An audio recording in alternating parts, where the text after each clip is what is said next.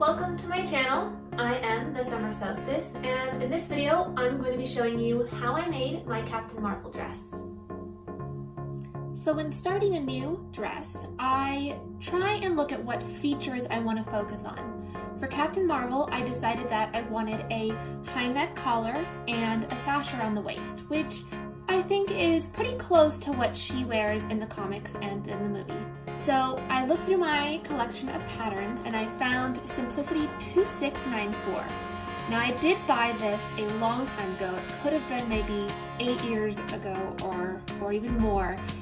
So they don't carry it at Joann's anymore, but I have seen it online for under $5. But I found it was something very similar to what I was looking for. Now, since it's a Project Runway style pattern, it comes with many different sewing dress options. I was particularly fond of the one that had a high neck and a sash around the waist, and I wasn't going to sew the sleeves. I wanted it to be a sleeveless dress. So this is the one I was choosing, and I was going to somehow alter the pattern so that it had a closed front so I can put Captain Marvel's iconic star on the center. Once I have a pattern in mind, then I can sketch out my idea. Here you can see that I was going to make a fairly simple dress, closed front, high neck, no sleeves. Also, I was going for the pattern's shorter skirt length. So the next thing I do is pick out all my fabric. Since I wasn't following the instructions of the pattern, I sort of had to decide for myself how much of each fabric I was going to get. Of course, I always get some muslin because I like to make a toile or a rough draft of my dress so that I know it's going to fit. For the gold, I picked this 4-way stretch Yaya metallic fabric, and I got 1/4 yard of it because I really only needed it for small details on the dress. For the red, I decided to go with this thicker Bengaline Suiting fabric. It does have some stretch, but I didn't really need stretch, but I liked the color and the sturdiness of the fabric. I got 1/2 yard of this fabric. For the blue, I went with a yard of the Check It Poly and Rayon Twill fabric. It was sturdy, has a very slight stretch as well, but not as much as the red fabric. Once again, I didn't need stretch, it was just in the fabric already, and I had to consider that while sewing. If I were to make this dress again, I probably wouldn't use the metallic fabric. It was way too stretchy to work with, and it also picked up a lot of my slip stitches, and I didn't like how that looked in the end. My next step in making the dress is getting the pattern ready. Now, I do trace my pattern onto some pattern paper that I have and make adjustments so the dress will fit my body well. Usually when I sew a dress right off the pattern, it doesn't always fit perfectly. There are little areas that are too big or fit my body a little odd.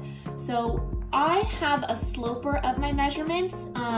It looks like a bodice pattern, but it has my exact measurements of my body, and I used that to kind of transform this pattern so that it will fit me. Now, this is a combination of my sloper and of the Simplicity dress pattern. Here you can see it compared with my sloper as well as the original pattern and the pattern that I end up with in the end. When I didn't have a sloper to use, what I would do is pick out the pattern that fits my bust line.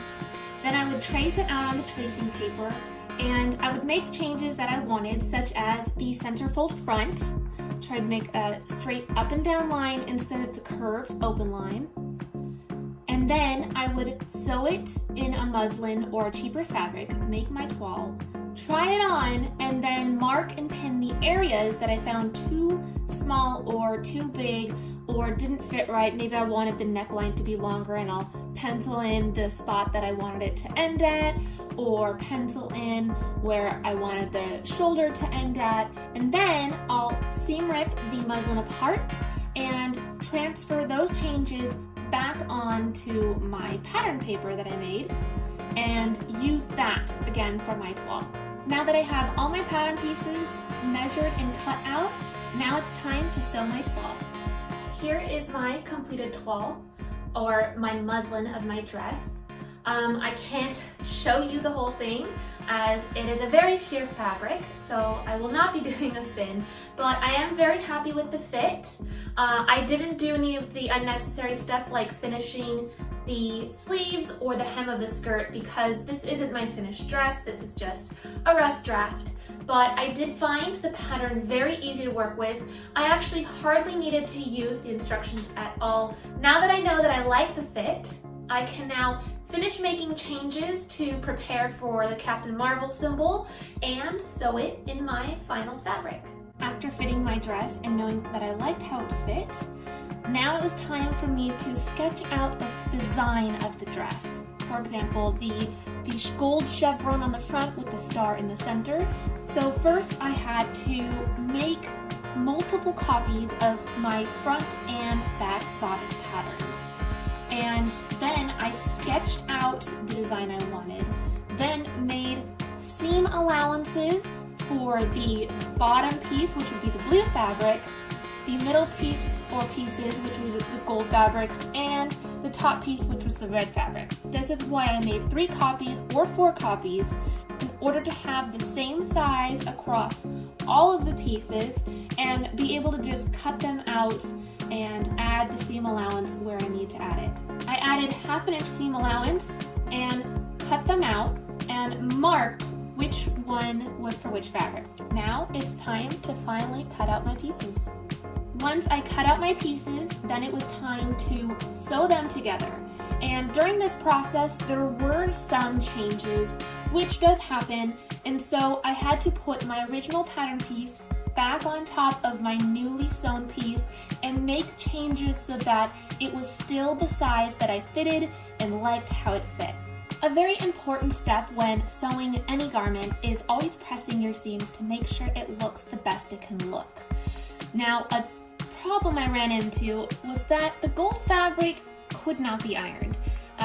Testing it did warp, so I did have to lay a towel over it in order to get those seams, but I did have to be very careful, and that's where adding the star in the front also became a problem. I am fortunate enough to have an embroidery machine, so I embroidered an outline of the Captain Marvel star onto my gold fabric, cut it out, and then used Fuse and Seal, which is an embroidery stabilizer that it's an iron-on backing, in order to iron it onto the front.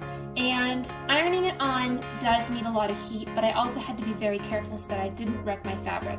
So it took a lot of time and patience until the star was properly fused onto the front. Now, if I didn't have an embroidery machine, I probably would have slip-stitched a star on the front. So a few things I had to do for my finished dress that I didn't do for my muslin were things like sew the sash, add in the belt loops, I did a bias tape slip-stitch hem for my sleeves, and I added interfacing to the collar. And now I have my finished dress. Another change I made from the pattern was adding a back zipper. The fabric is very comfortable and it's nice and weighted, so I don't have to worry about, my skirt flying up. Once again, I'm a little disappointed with how the slip stitching looks on the gold fabric, but I do love how powerful and striking the gold detail does look on the dress. It's a nice touch.